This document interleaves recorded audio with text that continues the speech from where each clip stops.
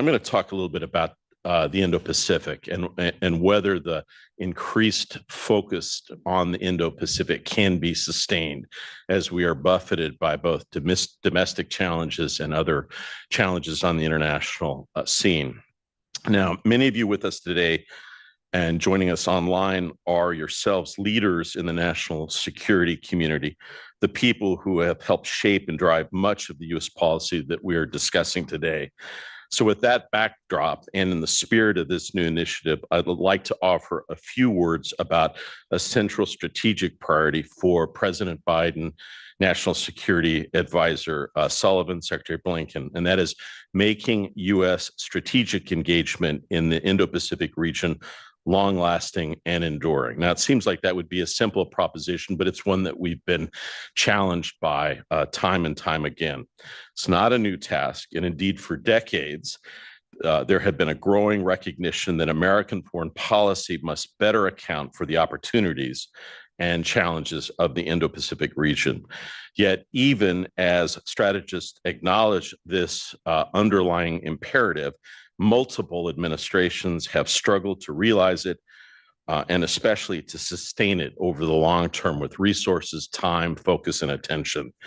That is not to say the U.S. presence in the region has been modest or that it is recent. The United States has been an Indo-Pacific power for over 2 centuries.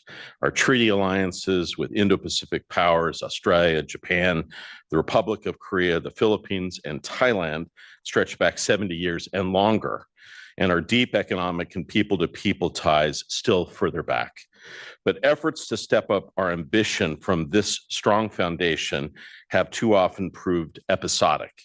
A platform that has bred conventional wisdom that U.S. momentum in the Indo-Pacific lasts only until the next crisis elsewhere pulls our focus away from these strong, important endeavors.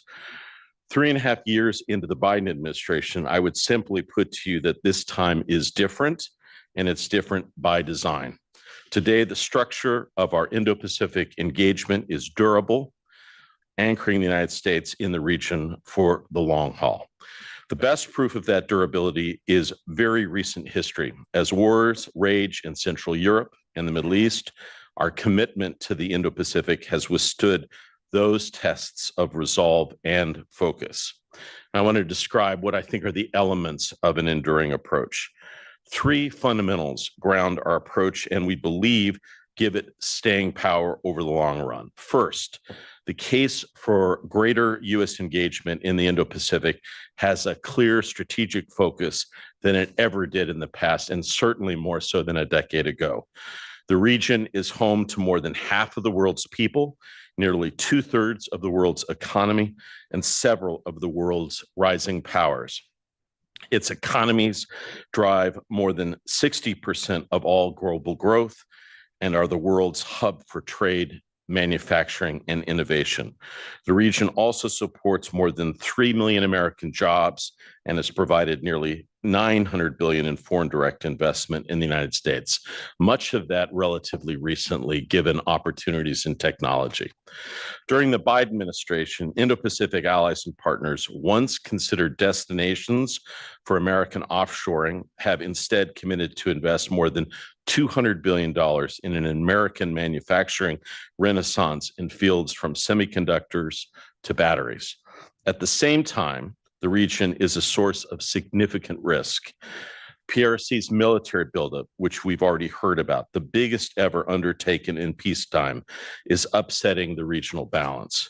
The Democratic People's Republic of Korea continues its provocations, and Beijing's military provocations in the South and East China Sea, seen starkly at Second Thomas Shoal this past week, as well as across the line of actual control with India, and especially in and around the Taiwan Strait, could spark conflicts that would devastate the global economy. The world depends on supply chains and commercial flows, such as Taiwan's semiconductors, that run through the Indo-Pacific and, if interrupted, could cause a global Great Depression. Meanwhile, the region is critical to addressing transnational challenges like climate and disease. The Biden administration's assessment that China is the only country with both the intent to reshape the international order and increasingly the economic, diplomatic, military, and technological power to do so is widely shared. What happens in the region will affect all Americans and the people of many of our allies and partners around the world. So in the past, while there had been questions about whether the focus on the Indo-Pacific was appropriate, given pressing challenges elsewhere, I think there's a recognition now that a large share of the history of the 21st century will play out in the Indo-Pacific. Second proposition, the United States is not alone in this effort. The United States is deeply engaged with other nations within the Indo-Pacific and beyond it in stepping up our game there. Revitalizing our alliances and partnerships has been at the center of the Biden administration's approach to foreign policy. In fact, if you ask me what would be the Biden doctrine, it would be stepping up partnerships with allies and friends. These partnerships are distinct from those of the past, and it is evident the structure of American engagement in the Indo-Pacific is maturing. Historically, the United States followed a model with the U.S. hub, allied and partners spokes. That approach depended on Washington's initiative and could not easily be scaled. Now, Indo-Pacific engagements involve unique constellations, what Ambassador Emanuel in Tokyo calls a lattice work that set the agenda on issues ranging from semiconductors to security cooperation to maritime domain awareness. These structures allow the United States to move faster, reduce the risk of veto players, root itself in the region, and share burdens. Through creative partnerships and effective personal diplomacy, President Biden has achieved diplomatic victories that once seemed impossible, blue sky ideas. In his first multilateral summit as president, he brought together the Quad, Australia, Japan, and India and the United States for the first ever leaders meeting. Last summer, President Biden hosted Prime Minister Kishida of Japan, President Yoon of the Republic of South Korea at Camp David, where they made ambitious pledges of cooperation despite decades of painful history between our two closest friends in Northeast Asia. The president also launched AUKUS with Australia and the UK, the first time in 70 years that the United States has taken steps to provide an ally a nuclear-powered submarine capability. By its nature, AUKUS is a serious and long-term commitment for each of the partner countries to one another and to the Indo-Pacific region. And the United States and India have launched an effort to intensify defense industrial cooperation on jet engines and armored vehicles. After working on India for decades, I can tell you that it is my view that finally the US-India relationship has reached escape velocity. I think we have a partnership that can be sustaining, and there is ambition in both Delhi and Washington to take important next steps. We've worked together on a variety of other issues between the United States and India, including announcing new initiatives where we will work together for the first time in the Indian Ocean. Not to mention greater access for bombers in Australia, a Marine Littoral Regiment in Okinawa, access to 4 new strategic locations in the Philippines, and opportunities for access in Papua New Guinea. So multifaceted activities across the Indo-Pacific. Consistent with the One China policy, the Biden administration has expanded foreign military sales to Taiwan and added novel innovations like foreign military financing and the use of presidential drawdown authority to strengthen deterrence against increasing PRC provocations in and around the Strait. 5 years ago, when we had challenges across the Taiwan Strait, it would often be one country that would issue a diplomatic note or would speak out publicly in support of our friends in Taiwan. Today, the Biden administration has encouraged record numbers of states to call for peace and stability in the Taiwan Strait, literally dozens. None of this would be possible without allied and partner support. All of it plays a role in deterrence. On economics and technology, I'm thrilled to hear that Mike's going to focus on this. This is probably the most important effort that we need to focus on going forward. A critical part of the administration's approach has been novel initiatives with allies and partners from ICET, the US India Initiative on Critical and Emerging Technologies. And last week, I accompanied Jake Sullivan to India for those furthering talks to trilateral coordination with Japan and the Republic of Korea on semiconductors and batteries to quantum computing. This is on top of the Indo-Pacific Economic Framework, IPEF, with 13 regional economies, including a first of its kind IPEF supply chain agreement. The United States is not only receiving greater investment from the Indo-Pacific, it also remains the largest source of foreign direct investment in the region and around the globe, outpacing the PRC. Our engagements weave the Indo-Pacific and European partners together. In the past, we had a tendency to view these theaters as separate and at times in conflict. Increasingly, there are signs of profound integration between these two important theaters. The last time I served at the State Department over a decade ago, the pivot was sometimes misunderstood as a sign that the United States was turning away from Europe to Asia, something that, frankly, I've tried to say publicly was our mistake in the rollout. The truth is everything that we've ever done of consequence on the global stage, we have done with European partners, and I expect that to continue. And there can be no misunderstanding this time that the administration is increasingly and explicitly working with Europe on the Indo-Pacific. It was only in 2016 that the EU recognized the Indo-Pacific as a strategic priority. Now the Biden administration holds annual consultations with Europe on the Indo-Pacific. In fact, we've held dozens Indo-Pacific dialogues with our European partners in every part of the continent. Several European countries now have Indo-Pacific strategies of their own, and key players that are involved in Southeast Asia and the Pacific as they step up their games there as well. European governments are also aligning their approaches on the protection of critical technology and on de-risking and diversifying supply chains with the United States. European engagement not only complements American involvement, it also creates partnership and momentum that ensures the United States remains active in the Indo-Pacific. The proof of effectiveness is that the PRC and Russia view our cross-continental partnerships with growing concern. And it's why they see the alliance and partner systems as a singular American asymmetric advantage, which we intend to continue. Third and last, a bipartisan approach. There is largely bipartisan agreement about the essential features of the American strategy in the Indo-Pacific. You're going to hear from my friend, Matt Pottinger. Later, he'll have his own views, but overall, the sense of common purpose between the executive and legislative branches has been unmistakable in recent years. Members of both parties are keenly aware of past episodes of strategic distraction, as well as of the region's critical role in American prosperity and security. I think at the core of that is a belief that not only do we have to increase our own capabilities through investment in technologies, but working closely with allies and partners can help manifest them. Congressional delegations have visited the region to great effect in recent years, including Senator Schumer's bipartisan delegation to China, which helped open space for cooperation on counter narcotics late last year. I just met with a bipartisan House delegation in India led by HFAC Chairman McCall and Ranking Member Meeks, along with Speaker Emeritus Pelosi, as they engaged closely with Indian friends and partners on next steps.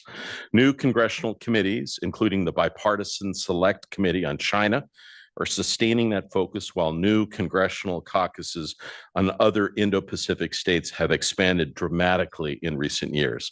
Members of Congress have also publicly expressed bipartisan support for major administration initiatives such as AUKUS, the Quad, the IP4, AP4, and security assistance for Taiwan. I will also say we try to also note that as we build these policies, we build on the foundations of previous administrations, including important work of the Trump administration. The Compact of Free Association Agreements, maintaining the U.S. commitments to the Republic of Palau, the Republic of the Marshall Islands, and the Federated States of Micronesia, passed with bipartisan support earlier this year. I would just note that this is an environment where literally nothing passed. The only thing that went through was this agreement that basically allowed us to continue our important relationship with these three key states of the Northern Pacific. And much of the key domestic legislation Congress has passed, which is historic in nature, such as the CHIPS and Science Act, had a clear Indo-Pacific rationale as well. So the key will be now staying the course. Over the last 3 years, the world has faced significant challenges outside the Indo-Pacific. But even in the immediate weeks and months after Russia's brutal invasion of Ukraine or Hamas's attack on Israel, when top-level time and attention was scarcest, the administration kept up its focus on the region. And this is important. At that time, in the immediate aftermath, President Biden did a number of things. He hosted the first US ASEAN Leaders Summit in Washington, D.C., traveled to Korea and Japan, and joined a Quad Leaders Summit to launch the Indo-Pacific Maritime Domain Awareness Initiative. He hosted Australia's Prime Minister for a historic state visit, convened Asia-Pacific leaders at APEC, and met PRC President Xi Jinping for a full day of meetings that unlocked cooperation on counter-narcotics, a restoration of military diplomacy, and an effort to stabilize bilateral relations going forward. We're also institutionalizing an Indo-Pacific focus at the State Department.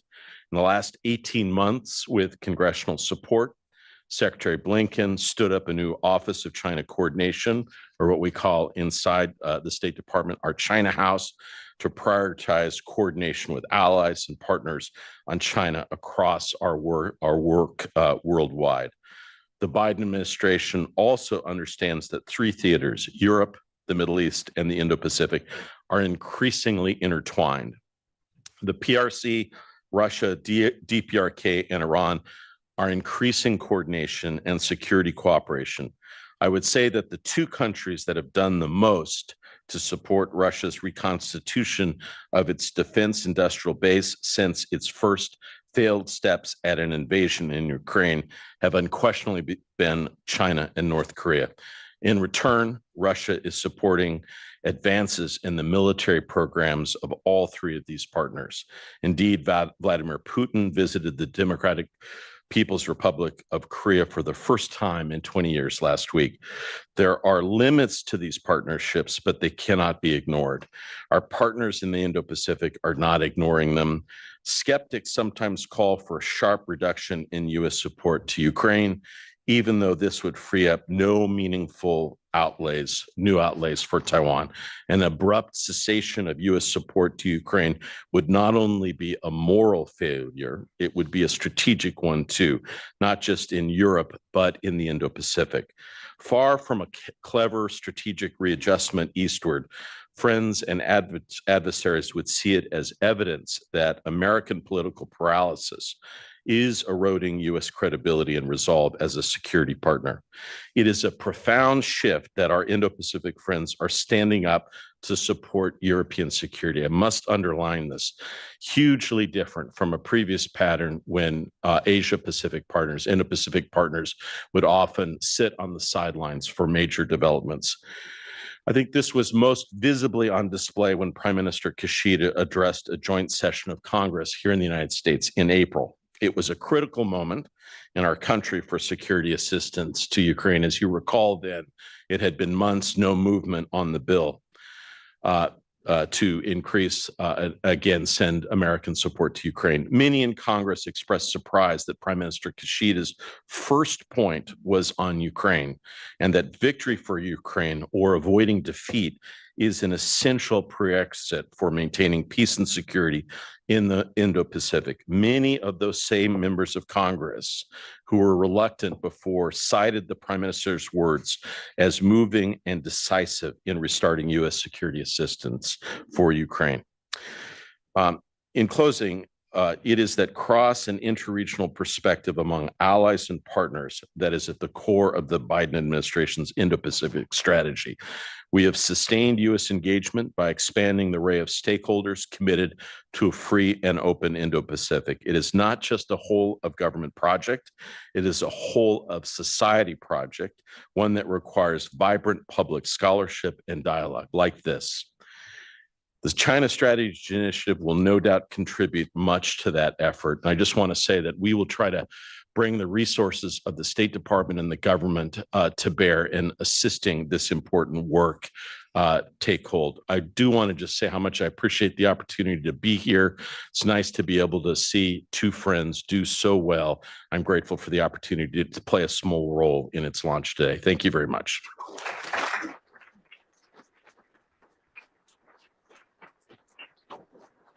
Do you want me to sit here? You want me to sit here? Is that you want me to sit here? Okay. Thanks. Don't sit here. Okay. Got it. Thanks very much for that, Kurt. Let's start maybe with the your overall thrust on the rebalancing towards Asia. Yeah. Recently, one of our senior fellows, Bob Blackwell, Richard Fontaine from CNAS, published a book called The Lost Decade, U.S. Pivot to Asia and the Rise of Chinese Power. They give you a lot of credit for coming up with the idea of the pivot to Asia or the rebalancing towards Asia. But as the title suggests, they basically think it was a failure. Do you agree with that assessment? And why did you fail?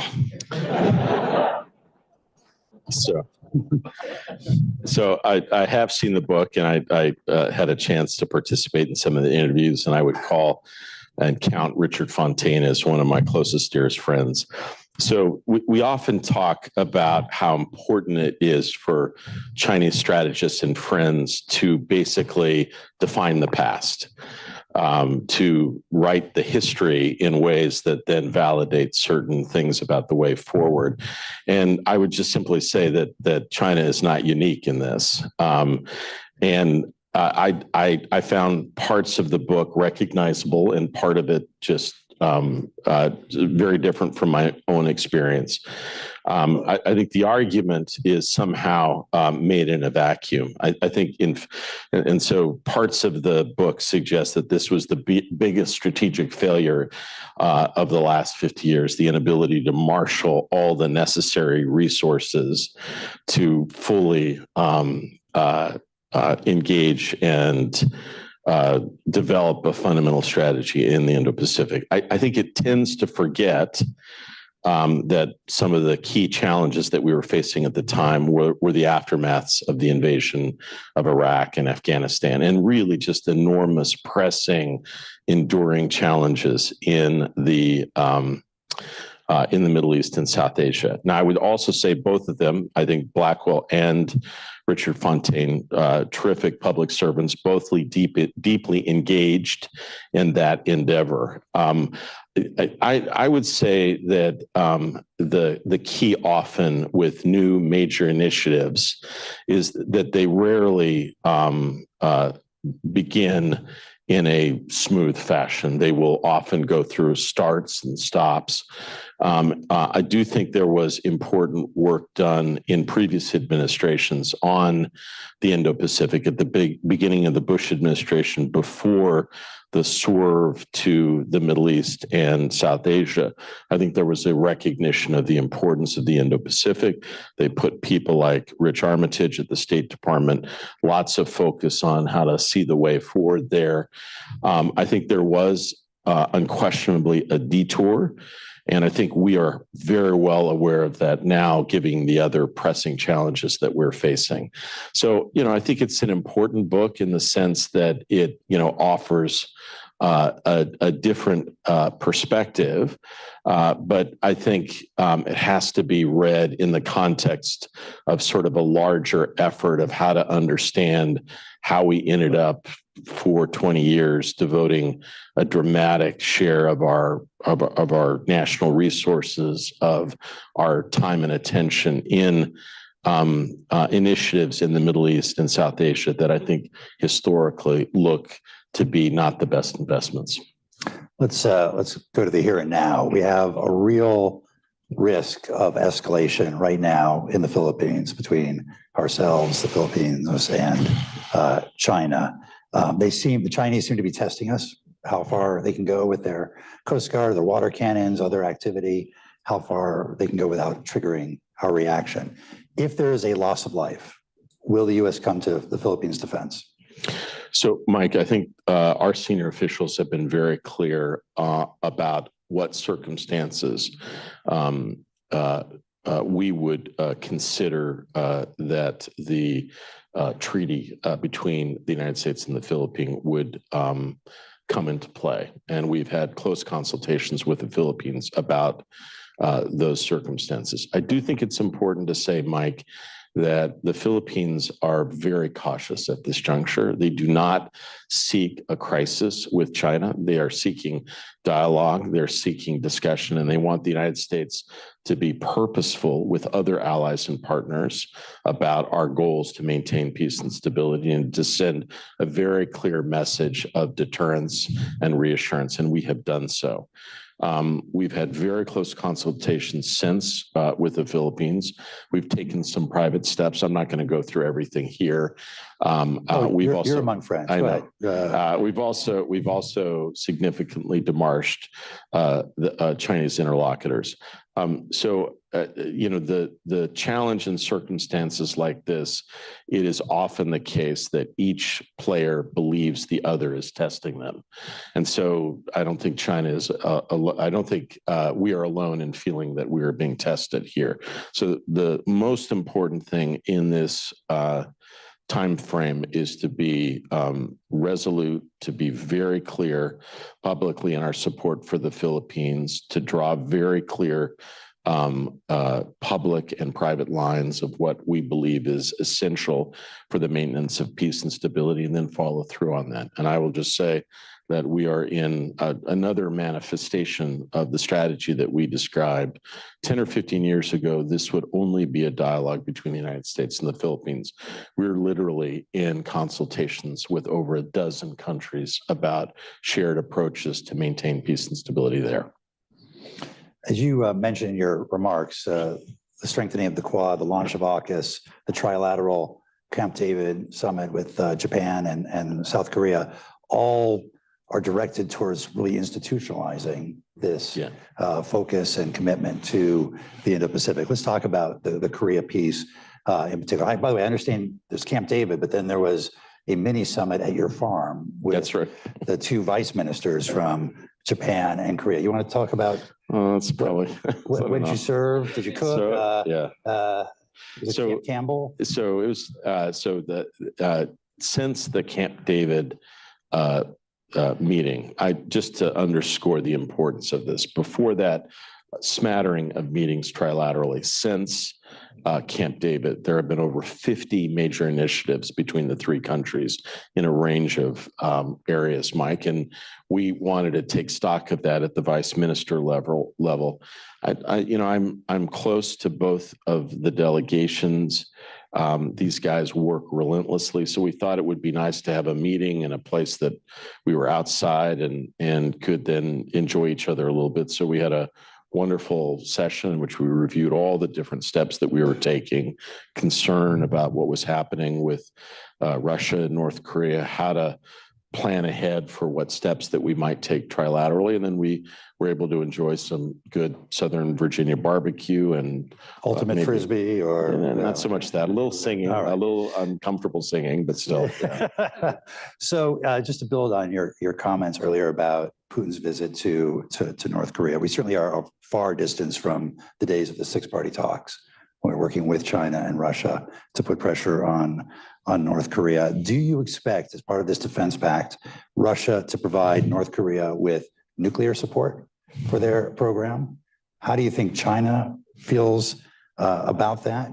And with South Korea now saying they may consider providing lethal aid to Ukraine, how are these two theaters converging? Yeah, so there are a lot of questions there, Mike. Let me try to take a couple of them if I can. So first, I think we have seen a dramatic step up in the relationship between Moscow and Pyongyang. And we know that that North Korea has provided an enormous amount of 155, or they're slightly different caliber shells for Russia's war effort in Ukraine, some long-range missiles and other capabilities, literally train loads and other ships coming to Russia. We believe that there are discussions about what North Korea gets in exchange, and they could be associated with its nuclear or long-range missile development plans, perhaps other things in energy and the like. I think we're studying in the aftermath of the agreement and watching carefully, but we are concerned. I had a call last night with the South Koreans about our next steps in terms of steps that we will take to step up deterrence more clearly. I think it is fair to say that China is somewhat anxious about what's going on between Russia and North Korea.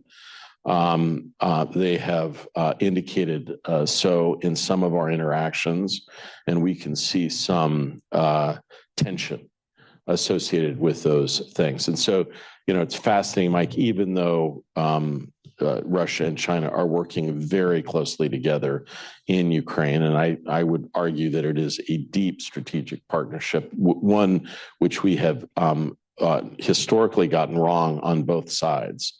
And it is undeniably a defining feature in global politics today.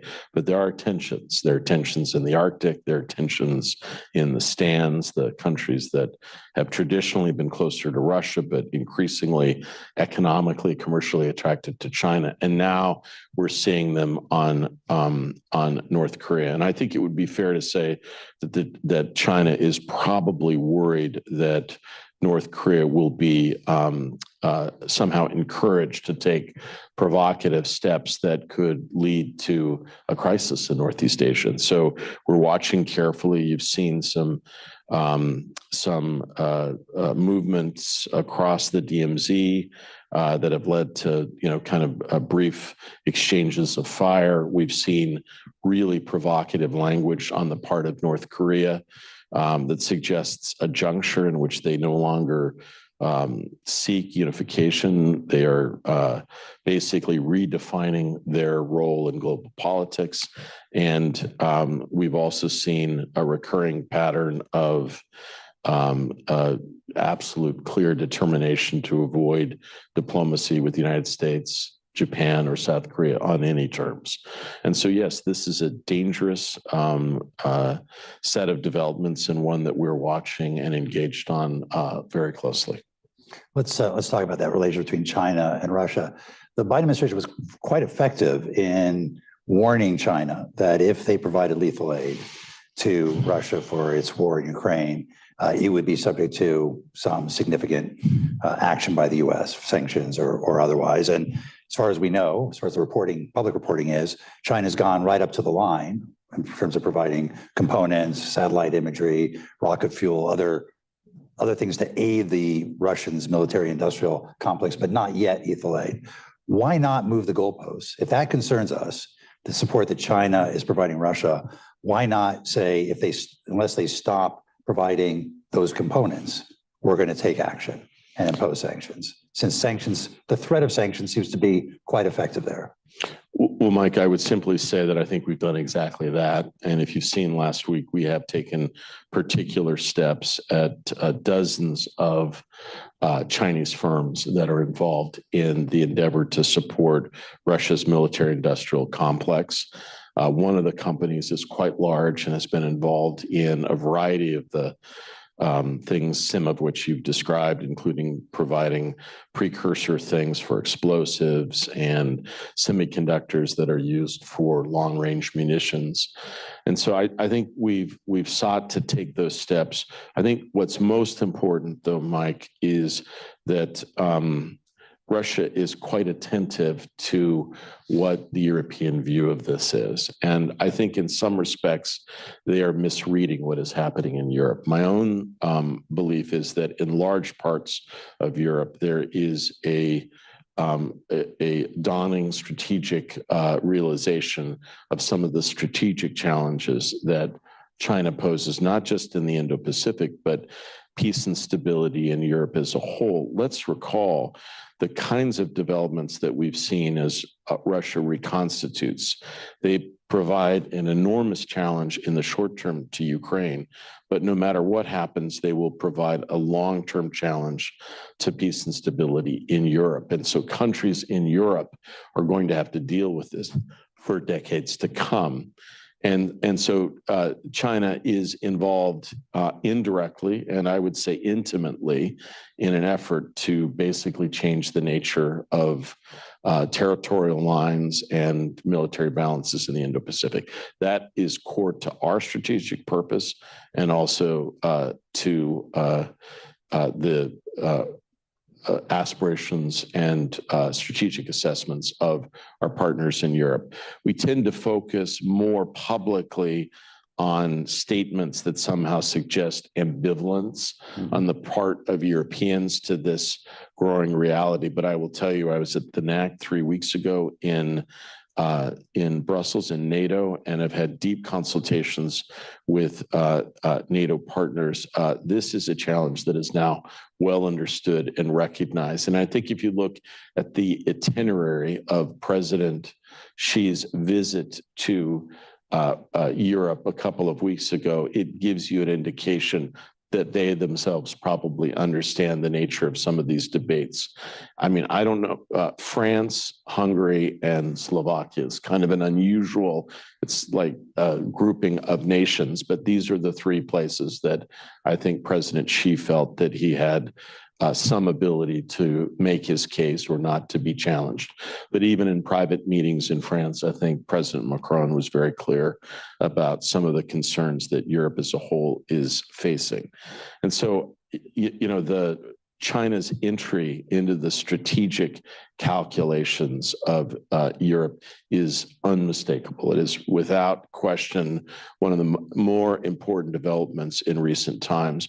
We have tried to urge and underscore to Chinese policymakers and diplomats how dangerous this is and how it risks the maintenance of stable and good relations, not just with us, but Europe as a whole. You know, at the same time, the Europeans have been very reluctant just to fall in line behind the U.S. in its China policy, whether it's the discussion of strategic autonomy by President Macron and others, or just this last weekend, I believe, a German minister calling for a differentiated approach on economic policy towards China for Europe from the United States. How it's one thing to try and convince the Europeans that China is creating a threat to their security. You mentioned that the Indo-Pacific is now focused, like Kishida, on Ukraine. If something were to happen in Taiwan, would you expect our European allies to be with us on that? So I'm not sure. First of all, just to go back with your proposition about countries getting in line, I think it would be fair to say that both of our strategic perspectives have been enriched by continuing deep engagement between the United States and various European partners and friends. Our views evolve in that process, and we see that happening in Europe as well. We tend, we tend to focus on the one or two statements of European ministers or leaders that appear out of sync. I would also just have you take a look at some of the strategic documents coming out of NATO, some of the magnificent speeches that von der Leyen has provided about how the EU sees challenges in the Indo-Pacific and with respect to China. I think most of those suggests that the overall balance is in favor of an increasing alignment. I will say, though, Mike, there are increasing and existing tensions on trade and technology between the United States and Europe, just as there are between China and Europe. It's very important for us that we work closely with partners in Europe to ease those tensions where possible, to seek where we can cooperate where necessary. And so I see the situation slightly differently, having worked on dialogues with Europe on the Indo-Pacific for decades now. They are unrecognizable today, much closer, much greater intimacy. I think what we have seen is a large number of countries, Mike, indicate that they have a strong interest in the maintenance of peace and stability across the Taiwan Strait. Now, that is meant to be a careful step to signal a desire to deter aggression and sustain the status quo. I do believe that there is a large group of European nations that align with the view that it is better to maintain peace and stability, that the status quo has served its purposes for decades and it can continue to do so, and that they would seek to take those steps going forward. In terms of talking about scenarios and situations in the future, I think, Mike, we are better off not ruminating about those things. Let me open it up now for questions from the audience. Just a reminder, we're on the record. Please stand, wait for a microphone, identify yourself, and ask a brief question in the form of a question, not a statement. Let's go way in the back there. Third row from the end. Is there a microphone? There we go. Good morning, Dimitri from the Financial Times. Kurt, how close do you think we are to the Philippines or the US invoking the Mutual Defense Treaty? And if that happened, what would the significance be? Dimitri, as you probably know, I'm not going to speculate on that here in public. I will say we have reaffirmed its significance and its relevance to these situations continually and at the highest level, the President, Secretary of Defense, Secretary of State. So we've sent a clear and unambiguous message of our determination to stand by our Philippine friends. I will say also just that we are experiencing, in many respects, Dimitri, I think you know this, you've visited, you've seen it on the ground, a renaissance in U.S.-Philippine relations in which the people-to-people, the diplomatic, the military, every element of our bilateral relations has increased dramatically in recent months, and we are encouraged by that more generally. Great. Right here in the second row. Thank you very much. My name is Alice Zhang. I'm a China/Taiwan subject matter expert for Indo-Pacific Command. And my question is, you mentioned a lot about the European partnerships that we have with the US.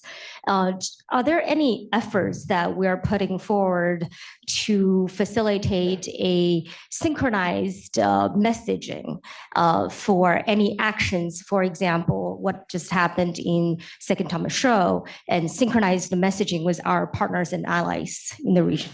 It's a great question. And I think this is an area that we believe is fruitful for more work. In the last few years, we have stepped up dramatically our cooperation in cybersecurity. Many of the countries in Europe, like in the Indo-Pacific, are subject to deep penetration and challenges that are both from non-state actors, but also from Russia and China. We have endeavored to support those efforts at sharing respective experiences and ways to harden our systems. We've also worked intensively on disinformation, which I think if you ask me what is the thing that concerns me the most, it is the effectiveness of disinformation in a variety of places. It is not just the case that we face it in Europe and Ukraine, we face it globally, and those narratives are dangerous, penetrating, and difficult to counter. We are now launching a number of initiatives with European states and others to help, how we address some of those issues. And yes, you will see messaging that is purposeful and determined. I don't want to get ahead of ourselves, but we'll be hosting the NATO 75th anniversary here in Washington in less than a month. The leaders of the AP4 representatives will be here to highlight the increasing connectivity between the Indo-Pacific and Europe, and I believe we'll have some things to say about our shared views and perspectives. There's much work to be done here, and I do think that the key here, I think the most important ingredient in the effectiveness of this strategy is working closely with allies and partners. And I would just say this gets back to the point that Mike makes. In many respects, it is not really about other countries getting in line, for instance, or getting in some respects, it's going to involve the United States changing the way that we do business. I will tell you some of the most interesting things that are happening right now, for instance, in the US-Japan relationship, or Japan demanding changes in the way that we have operated for decades in the Indo-Pacific, or operated with in the context of our bilateral military relationship, and they want innovations, and that challenges us bureaucratically in important ways. I see my friend here from the Australian embassy. We want to do these important work with Australia. Australia demands that Australia be treated like a prized ally, and that certain sort of bureaucratic hurdles be eased to allow for the kind of consequential technological military cooperation that is necessary. And so to make this these partnerships effective, it is not just countries getting behind the United States, although a little of that does make you feel good at times. It is also the fact that this has to be part of a partnership in which the United States listens, is attentive to other countries' legitimate national and international perspectives and concerns. And so the hope is, no matter what happens in the United States politically, is that effort will continue. I will just say one of the things that I have found interesting. I think it is clear that across the Indo-Pacific there are uncertainties about what happens next in American domestic politics. But rather than pulling back, I see most strategic partners investing more in the United States, largely because they recognize that an essential ingredient in any global effort at resilience or purposeful defense necessarily involves the United States, and creating and sustaining momentum matters in any political domestic context in the United States or elsewhere. For our next question, we're going to go to our virtual audience. We'll take the next question from Fred Hochberg. Hi, Kurt. Hi, Mike.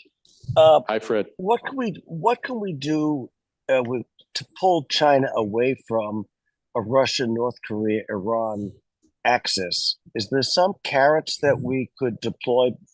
Because otherwise, it just seems too easy, particularly with political sentiment in this country, for them to just keep getting closer and closer to those other three rogue countries. So, Fred, first of all, thank you for the question. So I will say I think there is sometimes a view among foreign policy practitioners that somehow we forced China into Russia's arms. And I don't think we fully recognized how much a national project this has been on the part primarily of Xi Jinping, but also of President Putin. Since coming to power, they've met over 50 times, hundreds and hundreds of hours, enormous numbers of exchanges.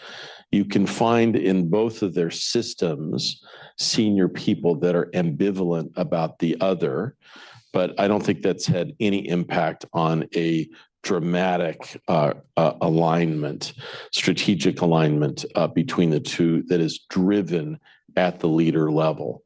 We know a little bit about the nature of some of those discussions, how they're prepared. I think if you take a look at the no holds barred statement, it is remarkable. It combines elements of sort of 1950s ideology and 1930s territorial ambition. And it's quite daunting in its breadth and ambition.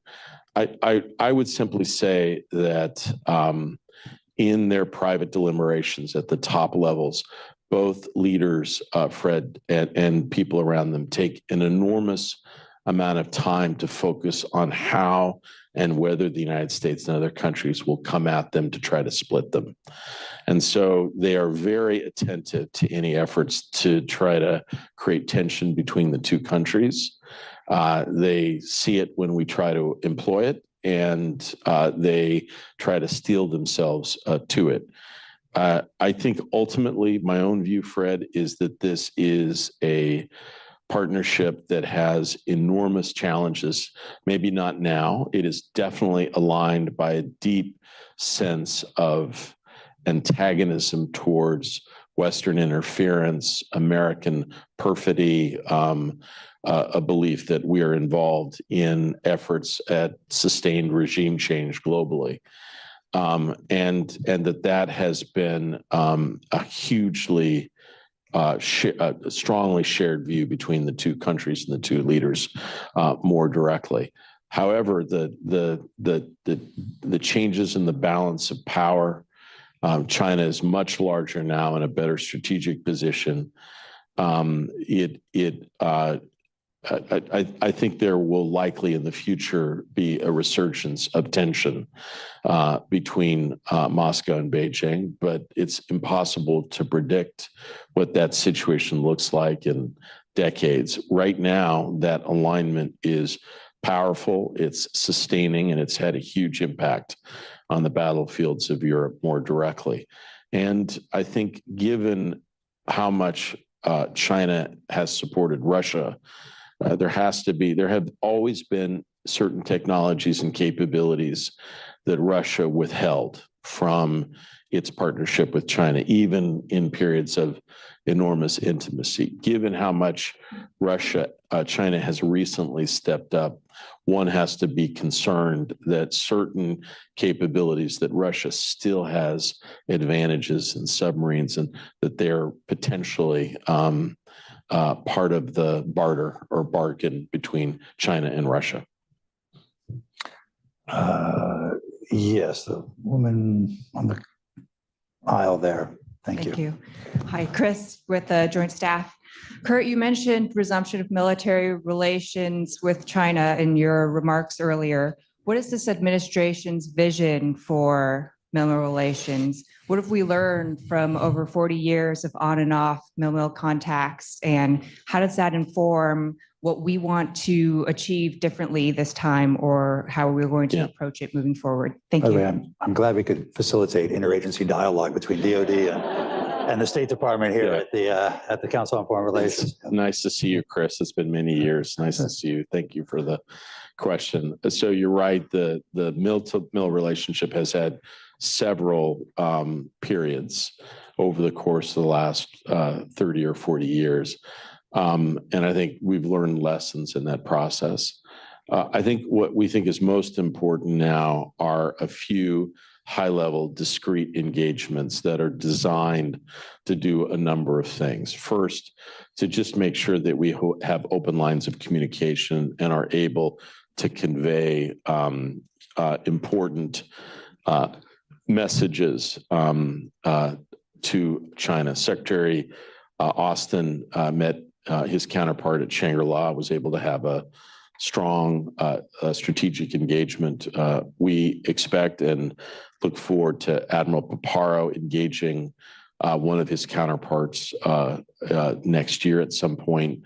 I think what we seek are efforts to explore our strategy, their strategy, issues associated with deployments, what are their animating beliefs in certain regional circumstances. We also believe that it is critical to try to establish confidence building and crisis mechanisms to deal with inadvertence and miscalculation, which I believe in the near term is the biggest risk that we face, in which something like in 2001, the EP3 crisis. I think the challenge now is that something like that, or a ship bumping, or a ship or an airplane downing, in the past, those may have been seen almost as isolated events.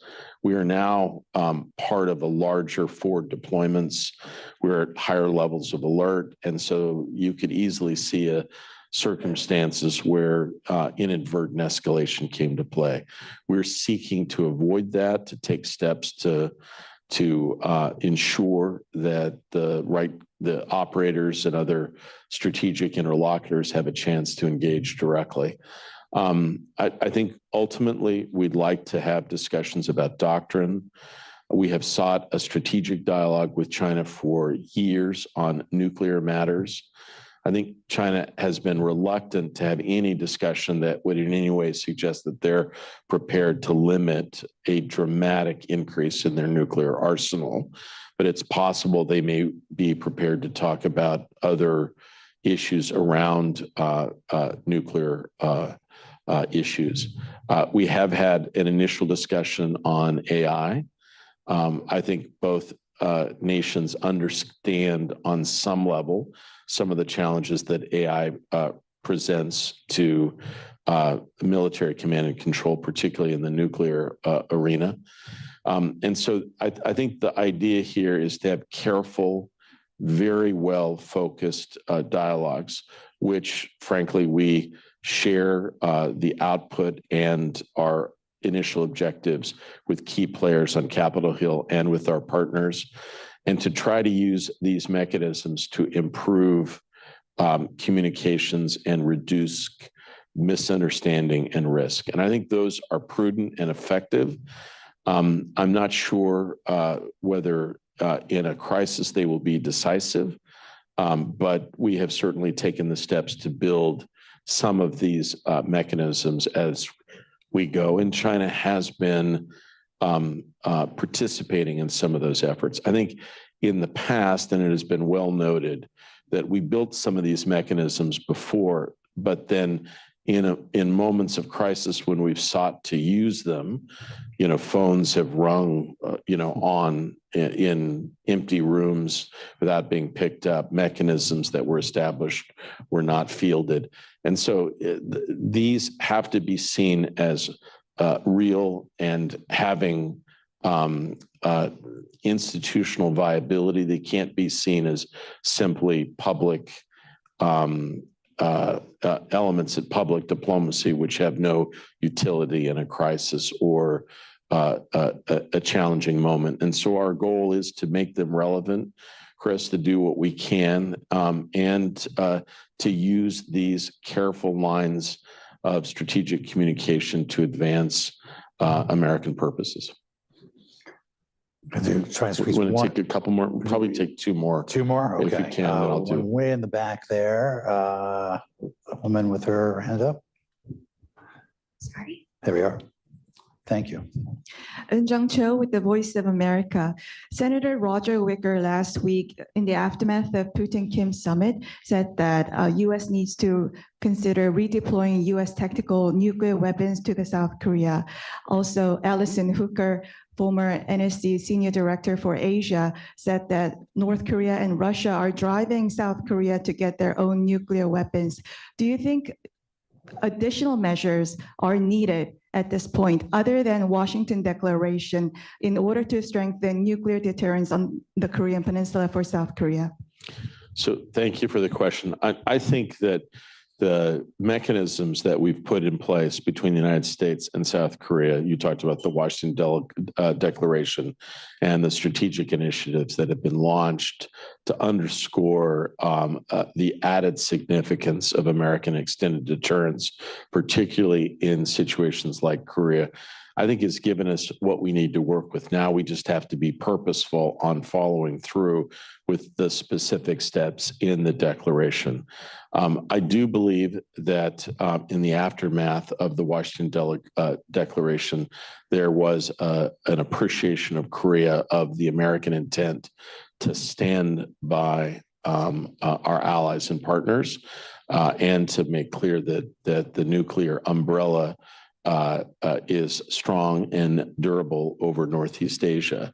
I do agree with Allison, though, that the steps that Russia and North Korea are taking are causing countries in the region to rethink all of their military and other steps. And so what we've seen is substantial increases in military spending, different focus in South Korea, in Japan, elsewhere across the Indo-Pacific more generally. And the United States is quite focused on underscoring the strength of our extended deterrence commitments to the countries of Northeast Asia, Japan and South Korea in particular. Last question. They're just on the side. John Bannon. John Bannon, formerly of the CIA and Georgetown University. Not working. Okay. Currently, we have about 300,000 Chinese students in our universities, including our major research universities. They became quite controversial during the previous administration in the China Initiative, where I think some damage was done to that program. What is the current view? The State Department has a lot of influence on it, and also the administration itself. What is the view in the future of that program in terms of the way the administration wants to see it? Thank you. Yeah. So first of all, I do think some level of people-to-people or society-to-society engagement between the United States and China is important and necessary.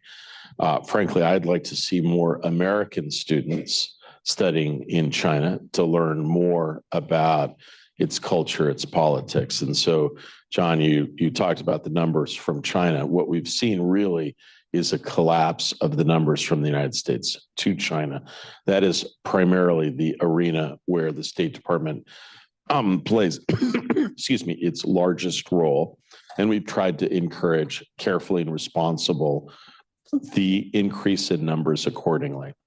I think there's been careful attempts now across most American universities to support continuing higher education, but to be careful about the labs, some of the activities of Chinese students.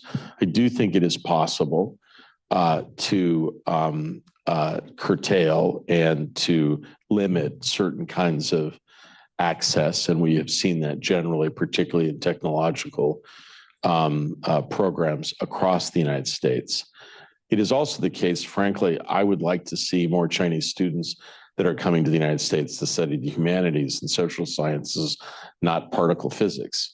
I also believe fundamentally that as we look to step up the numbers of people, John, that go into STEM-related activities, and there are not enough Americans, and we're going to need to recruit more and more people internationally to support those programs.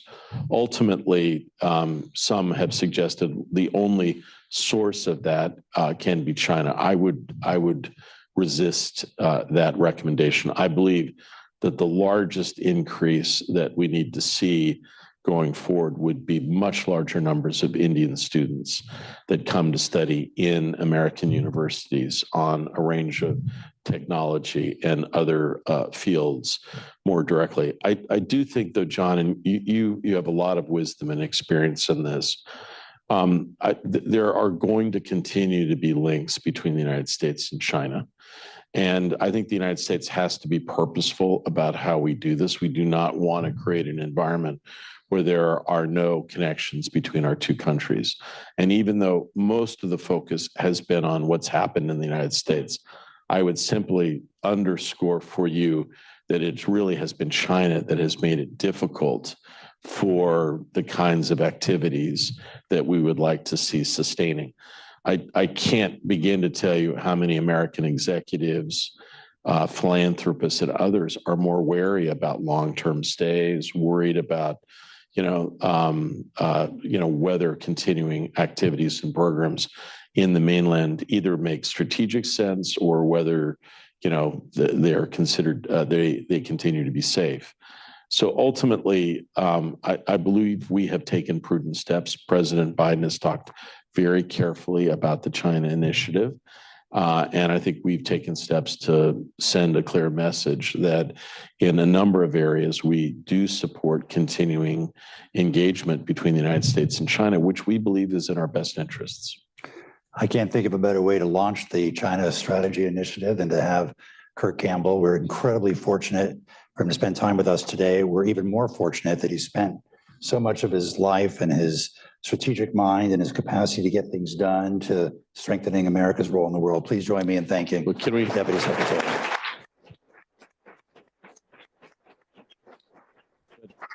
Can we just also can I also just ask if I can, since I would like to see it while I'm here, can we say thanks to Mike and to Rush?